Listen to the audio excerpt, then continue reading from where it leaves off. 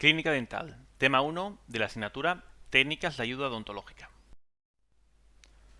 Profesionales. Se consideran profesionales de la salud bucodental las personas con las titulaciones que les permiten ejercer y trabajar dentro de los gabinetes odontológicos. Vamos a ver los diferentes profesionales que trabajan y las titulaciones necesarias.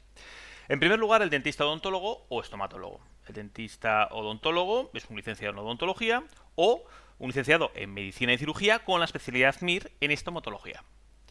Además de ellos, también trabajan los cirujanos maxilofaciales. En este caso, solo hablamos de licenciados en medicina y cirugía, con la especialidad MIR en cirugía maxilofacial.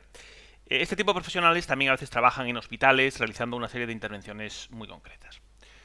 Higienistas bucodentales son aquellas personas que poseen el título técnico superior en formación profesional en higiene bucodental, ¿no?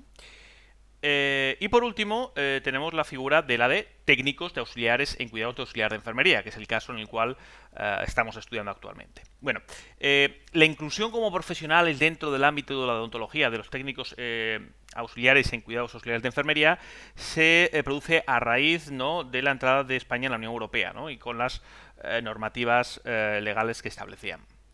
Bien, el técnico auxiliar en cuidados auxiliares de enfermería cumple una serie de funciones dentro de lo que son los gabinetes odontológicos. Principalmente son dos, ¿vale? Uno son las funciones administrativas, pues, por ejemplo, recibir a los pacientes, llevar a cabo las agendas del odontólogo con las citas programadas, etcétera, informar a los pacientes cuando se lo requieran, llegar todo lo que es el archivo, la ordenación, todo lo que es el área de documentación, controlar el stock y las caducidades de los materiales utilizados dentro de la clínica odontológica o, por ejemplo, realizar la facturación.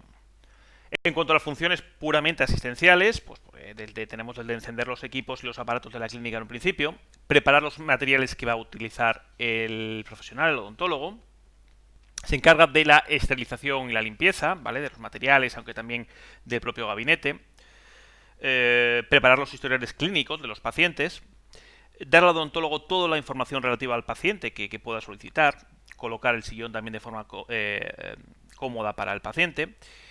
A la hora del paciente cuando entra en el gabinete, pues colocar un vaso y unos pañuelos que esté al alcance del paciente, ponerle el babero, enfocar la lámpara en el sillón de manera que no moleste a los ojos, dar al dentista el material que reclame durante la técnica, revelar radiografías, ser de ayuda al odontólogo para todo aquello que pida, eliminar residuos, supervisar que los materiales que se envíen al laboratorio tengan la afiliación correspondiente, etcétera. Dos elementos, hay dos características o dos definiciones que son fundamentales para toda persona que trabaje en el ámbito sanitario. Una es el secreto profesional. El secreto profesional es por código odontológico, en el cual se guardan los secretos de todo lo que el paciente determine y de todas las informaciones que pueda recibir de él, tanto en vida como en muerte. Solo en caso de peligro de terceras personas o de peligro para la salud pública se puede desvelar este secreto. Y el consentimiento informático, que significa ni más ni menos que la aceptación por parte del paciente de ser informado, o sea, de un acto terapéutico o diagnóstico. Se realiza siempre por escrito y en el caso de intervenciones quirúrgicas y procesos terapéuticos invasores que impliquen abrir una cavidad corporal o interrumpir las funciones normales, el consentimiento por escrito es obligatorio. En el terreno odontológico se recomienda usar un mismo formato estándar para todos los procedimientos, ¿vale? En cuanto a la consulta dental, bueno, es un centro sanitario donde el equipo de salud bucodental lleva a cabo la promoción, educación y la prevención sanitaria, al igual que el diagnóstico y los tratamientos de las enfermedades bucodentales. En primer lugar, tenemos que hablar de una serie de factores ambientales adecuados. Por ejemplo, una temperatura que sea de 19 a 22 grados, una luz directa a la boca, pero el ambiental tiene que ser suave, las paredes estar pintadas en un color pastel para que tranquilice al paciente y fomentar en lo máximo posible la relajación, tiene que estar habilitado para minusválidos y debe haber el menor ruido posible. Incluso es aconsejable a veces un hilo musical con música relajante. En cuanto a las zonas que se llevan a cabo, primero tenemos la entrada, es la primera impresión que el cliente paciente va a tener sobre nosotros. Es a veces donde también se suele situar la recepción, ¿vale? Una sala de espera tiene que tener el tamaño adecuado, no inferior a 10 metros cuadrados, es aconsejable. Y después tenemos los gabinetes dentales, en los cuales hay de varios estilos, por así decirlo.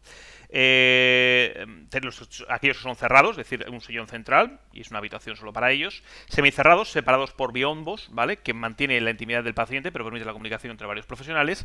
Y los abiertos, donde hay varios sillones y la atención es simultánea, ¿no? Estos se suelen utilizar a veces para los niños, para que se sientan más cómodos, ¿vale?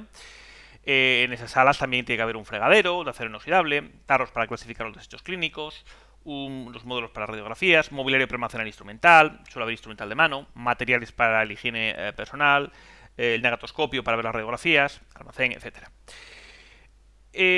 Otro de otras zonas que hay, pues tenemos por ejemplo un almacén donde se guardan los materiales y los instrumentos. También puede haber en algunas, no en todas clínicas, una sala de rayos, también una sala de máquinas. Ten en cuenta que necesitamos compresor y otra serie de instrumentos de rotación, etcétera, para la silla. Entonces es necesario a veces una pequeña sala de máquinas donde se aloja todo eso. El aseo, lo ideal es que haya uno específico para empleados y otro para pacientes. Y despacho y también sala de esterilización, que está pegada a la sala operatoria y es lugar en el que se limpian y desinfectan los materiales y los instrumentos. En cuanto a la silla en los gabinetes odontológicos o sillón odontológico tiene que tener una serie de elementos, ¿no? Tiene que tener luz, tiene que tener una escupidera, un elemento de aspiración, control de módulos para turbina, micromotor, jeringa para agua, aire y spray. Debe ser ergonómico, es decir, que sea adaptado tanto al paciente como para las personas que trabajan sobre él y que incluya todos los elementos de manera sencilla, fácil de limpiar y acceder al mismo. Posee un sistema también que regula la altura y la inclinación para que sea más fácil el trabajo con el odontólogo y el paciente. Con las partes principales tenemos la base, es la parte que está anclada al suelo y donde tiene conexión con las tuberías tanto de agua, de aire, de electricidad, desagües y toma tierra, ¿no? Después tenemos el pedal. El pedal sirve para el control de los movimientos verticales y horizontales del propio sillón y con él se regula también la velocidad del equipo rotatorio y del agua y pues una palanca que acciona todos estos elementos, ¿no? Más el dentista. En cuanto a la unidad de control, tenemos sobre él se dispone el instrumental y los controles. Tenemos mangueras para instrumentos rotatorios, mangueras o jeringuelas de triple función de aire, agua y aire-agua, bandeja porta instrumentos,